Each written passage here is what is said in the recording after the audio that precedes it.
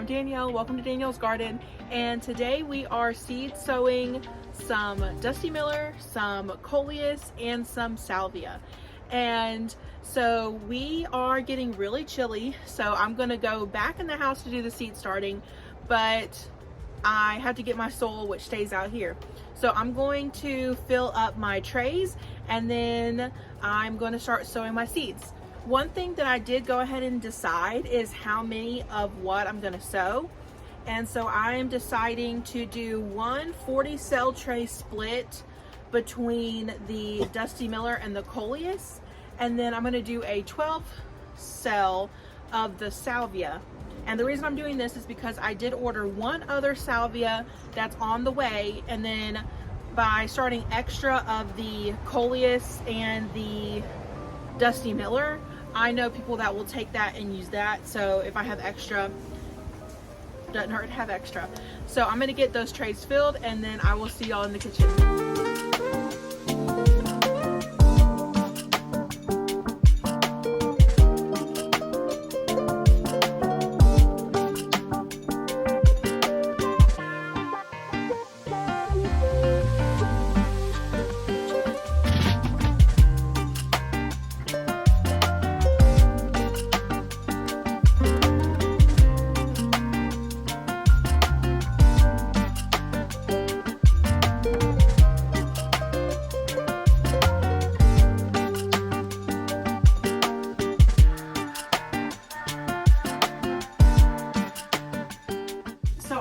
Starting 3 types of seeds today, and the first is just from the store, and this is called the So Easy Coleus, and this is just that rainbow Coleus that you can pick up at any store really, that's like multicolored. And this packet comes with a ton, more than anyone with like a normal sized garden would probably use. So I did some of this last year, and I'm gonna do some now. For the Dusty Miller, this is from Swallowtail Gardens. This was the only packet of seeds that I got last year that I did not use all of, but I did just place another order with her for a few things, including zinnia, salvia, and I got some geraniums. But anyways, this is the new look Dusty Miller, and this also wants warm soil. So it will go on a heat mat, and these are surface sown. So it says press into the soil, but do not cover.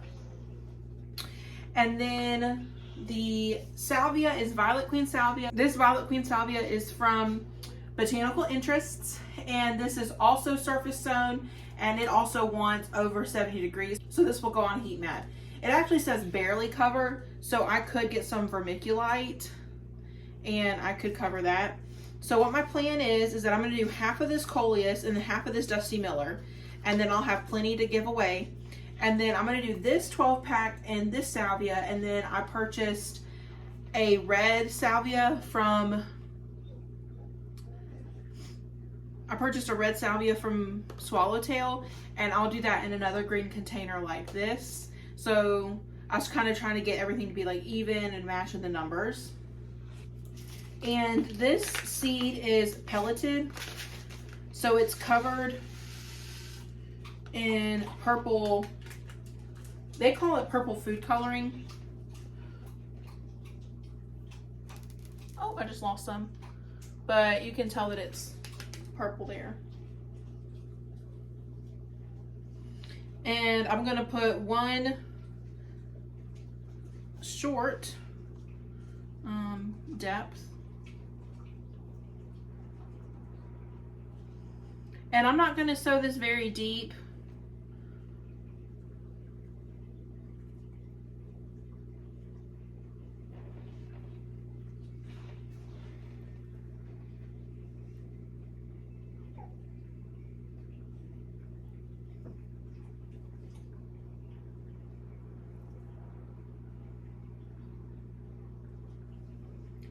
I'm also doing about 2 per cell.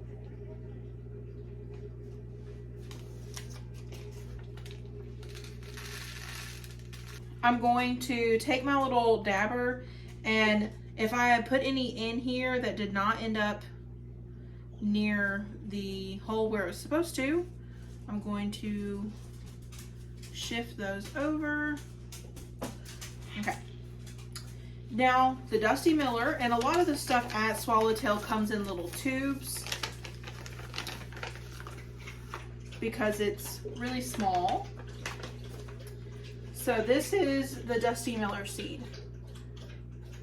right there. And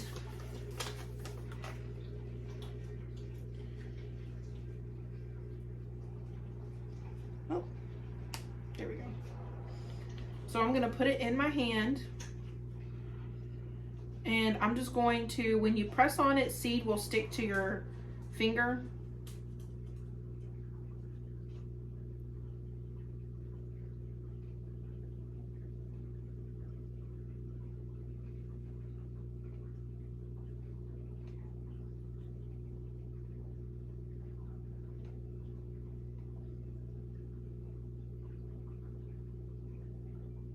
And because this is the second year on this seed, I'm just gonna put about 2 to 3 per, I'm gonna put 2 to 3 seeds per cell. And then that's all I'm gonna do. And it goes back in the vial, and I still have more for next year.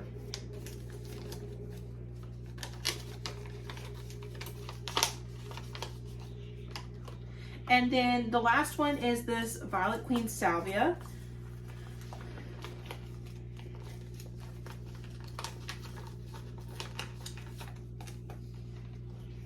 And this is also very small, and it's a dark seed.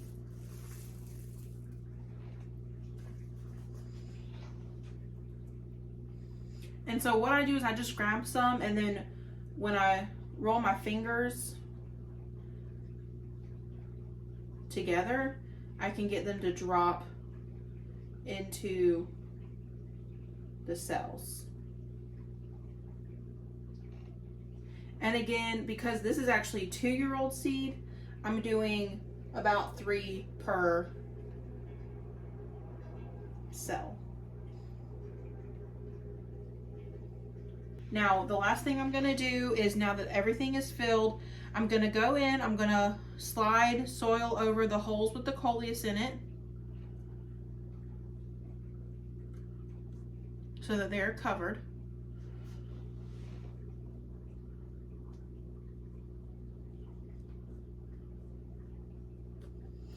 And then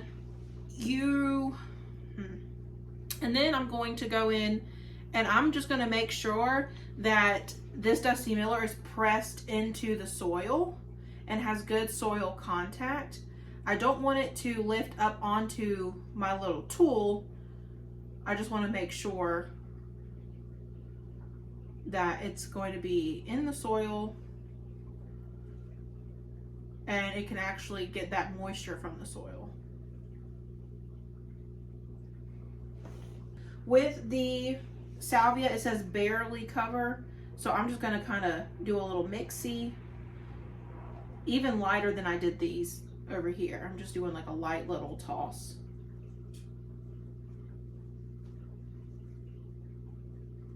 And then I need to write my labels.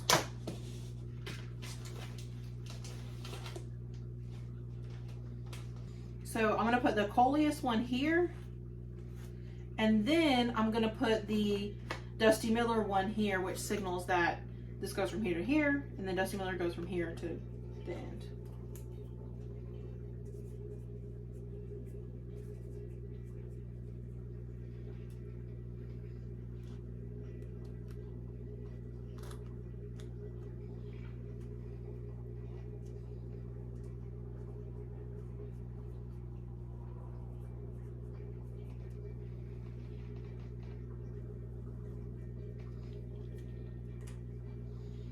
Okay, so then the last thing that I need to do is to put water in the base of these.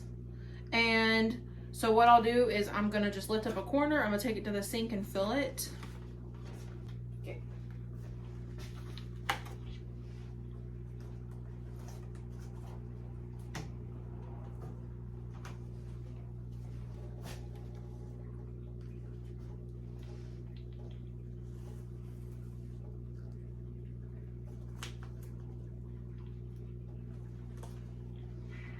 So I know that some of these germination times are upwards of 10 to 20 days.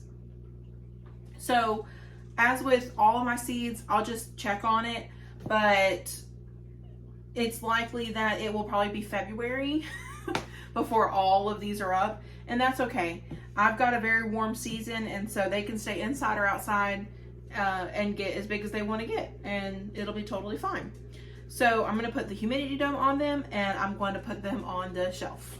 And on these humidity domes, I'm going to keep the vents closed until it gets actually warm in there, and then I'll open the vents. But for at least 2 days, the vents will be on, and then I'll like partially open them, and I'll just open and close them as needed, because I don't want it to get so wet in there that it's like crazy, but you also don't want it to dry out.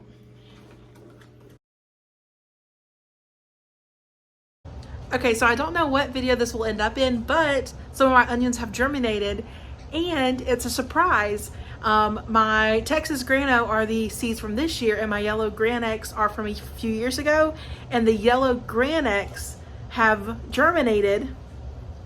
And here you can see the yellow Granex have germinated before the Texas Grano in the comparison. Overall, really surprising that this 2-year-old seed has germinated before the new seed.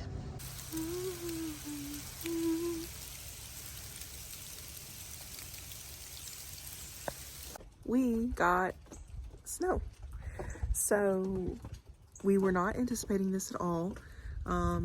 My job, which I am a teacher, called it at like 6:45 this morning after kids were, like our elementary kids were literally at school, when they were like, oh, we're not gonna have school. So we thought that we would only get like a wintry mix in the afternoon.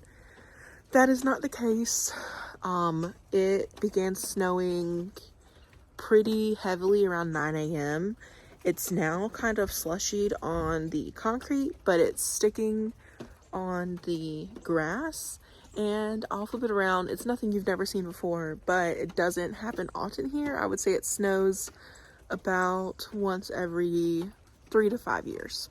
So the first major thing is that I'll insert a photo. My sunshade had like completely, it was like down to here. It was so weighed down. So I took all that down, and we've got little icicles on the supports. Now, of course, I think tomorrow, if the precipitation stops, this will all melt away. So that'll be fine. It's pretty cool. Like my grass is dead now, but I can just like, it's just fun to like break off. Now my ligustrum is pretty weighed down. It is usually not this flat in the top. It's usually much rounder, so that's definitely weighed down. And I don't know about like my pots and stuff. Once this melts, it'll be good hydration. Like I know that it's generally good insulation. And the thing about snow is that it's not like 10 degrees, but like everything is frozen. Like my dog sweater I set out to dry, and then it got windy and it blew in here, and now it's wet in dirt and in snow. So that's great. Another thing is that my green stalk is usually over here, but I brought it closer to the house, and then I ended up putting a tarp on it because my stuff was like literally iced, and I wanted to protect it a little bit. So some of it's frozen and has icicles, but I just didn't want it to get worse. I will say it is pretty though, like seeing my trees that do generally take the cold, seeing them with ice on them. I just think that it's really pretty. This is my strawberry bed, so they're evergreens. So they're just probably quite cold, but then I just think this is so pretty with the ice on it. It's feeling like it's in its natural habitat just a little bit. And then I won't get too close. I put a warming pad out for the cat that lives around here. So I'm glad she's using it. And just like frozen branches. I think they're just so pretty with the ice.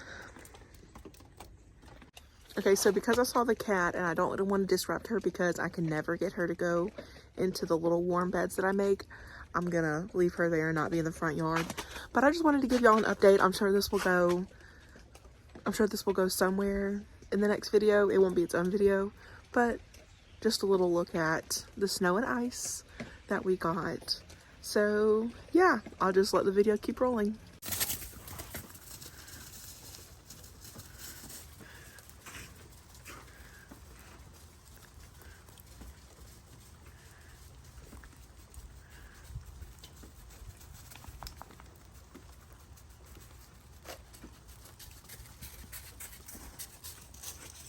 Okay, so thank you so much for watching, and I will see you in the next one. Bye, guys.